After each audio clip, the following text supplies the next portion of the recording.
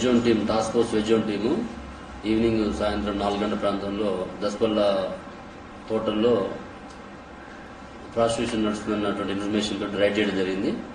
అందులో రైడ్ చేసినప్పుడు అక్కడ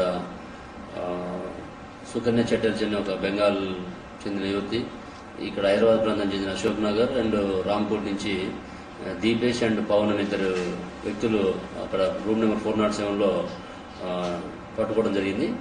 వాళ్ళని విచారించి జూబ్లీస్ పోలీస్ స్టేషన్కి హ్యాండ్ ఓవర్ చేయడం జరుగుతుంది.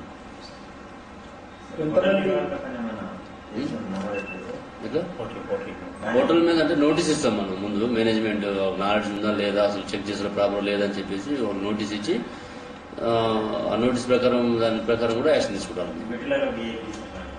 అట్లాంటిది ఏం